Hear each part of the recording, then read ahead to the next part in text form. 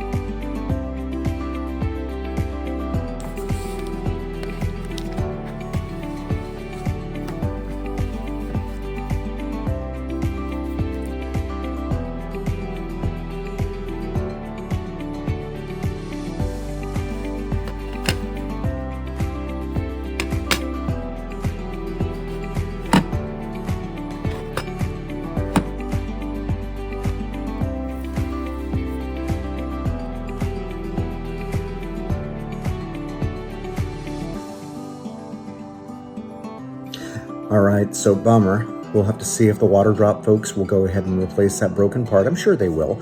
We'll go ahead and update you with that with a video coming up later, and then we'll go ahead and do a demonstration of how it works in a future video. So stay tuned.